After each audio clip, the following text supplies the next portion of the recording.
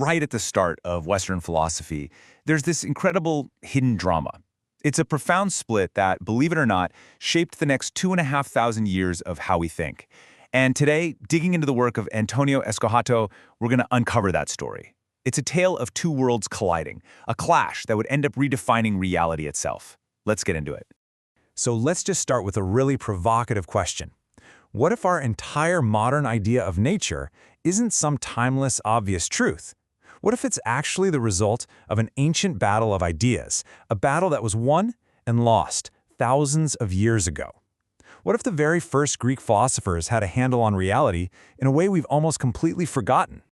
Okay, so our story kicks off with these thinkers we now call the pre-Socratics. But they weren't just a warm-up act for Socrates. In a lot of ways, they were living in a completely different reality. They were true pioneers on this wild intellectual adventure into a concept they called Physis. So what on earth was this Physis? Well, the definition here is just mind-blowing. The living engendering whose fecundity emerges from itself.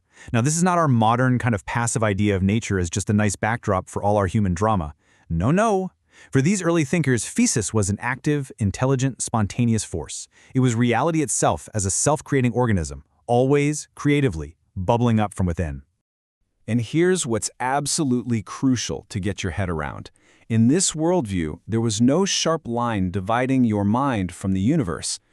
To think about the cosmos wasn't like looking at something under a microscope. It was to actually participate in its intelligent unfolding. The thinker and the thought, the observer and the observed, it was all part of the same living, breathing process of Physis. But then, a new power starts to rise up. A new kind of reality. A man-made one. The Polis, the Greek city-state. And this is where the trouble starts. This set the stage for a massive conflict, a real clash between two totally opposite ways of experiencing the world. And right here you can see the divide crystal clear. On one side you've got Physis, a world of freedom, of spontaneity, of direct discovery of the natural order, the cosmos. And on the other side you have the Polis, a world defined by man-made laws, by social rules, and an artificial order built on memory and what's useful. It's really the difference between an open adventure and a closed system. And believe me, this wasn't just some abstract philosophical debate. You could feel the tension in the air. This guy, the sophist Antiphon, he just lays it out there, plain and simple. He saw a direct conflict between the laws of the city, the nomos, and the unwritten spontaneous laws of Physis. A clash between what society was demanding and what reality actually was. And just how deep did this control go?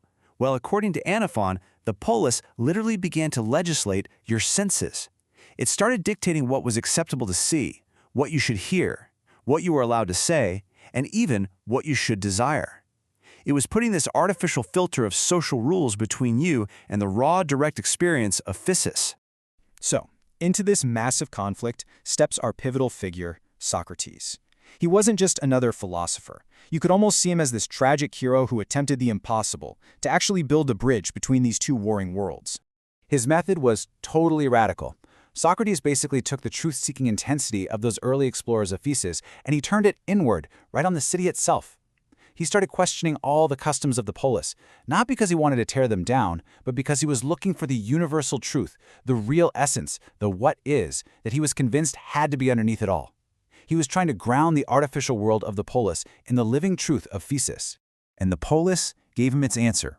For daring to question convention in the name of a higher, more natural truth, Athens sentenced him to death. His attempt to unite the two worlds ended with his own destruction.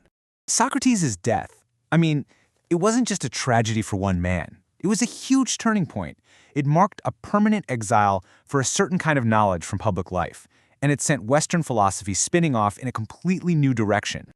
The verdict was in. The city-state, the world of human convention, had officially declared war on the direct, lived investigation of Physis.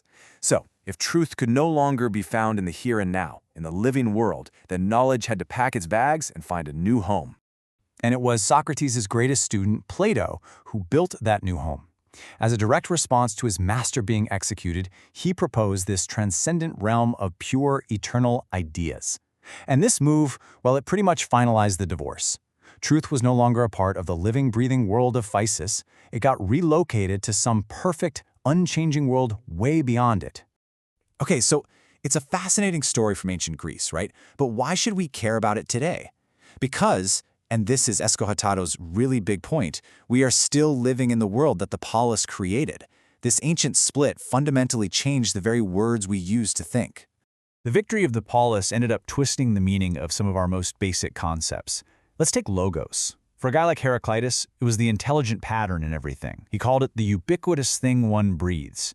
It got shrunk down to become just our own subjective, human-only reason. Nous, or objective thought, was demoted to just a quirky human faculty. And Physis itself, once this amazing symbol of the free and spontaneous, got tamed into the sentimental, passive idea of good Mother Nature.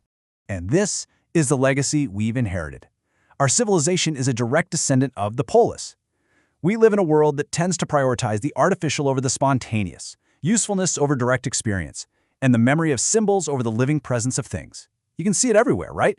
Think about how institutions often value just memorizing facts over genuine discovery, or how we talk about the environment as a resource to be managed, not a living reality to be a part of. And all of this leaves us with a final, lingering question.